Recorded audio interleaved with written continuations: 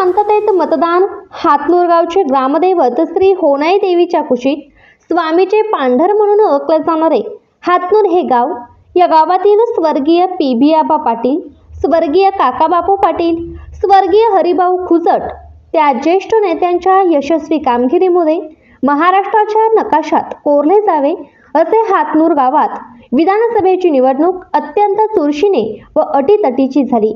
लोकशाही मार्गाने मतदानाचा हक्क बजावता यावा, मतदानाचा टक्का वाढावा यासाठी शासन स्तरावरील विविध उपाययोजना राबवल्या जात आहेत।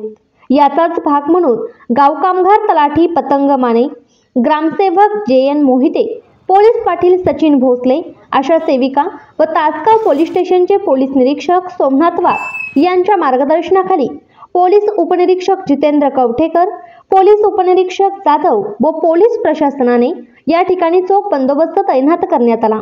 यामुळे मतदान प्रक्रिया शांततेत पार पडली व दोन्ही गटाचे स्वयंसेवक गावातील मतदान केंद्रावर येणाऱ्या वयोवृद्धांना व्हीलचेअर, पिण्याचे पाणी, स्वच्छता व निवडणूक प्रक्रिया शांततेत पार पाडावी यासाठी झटत होते।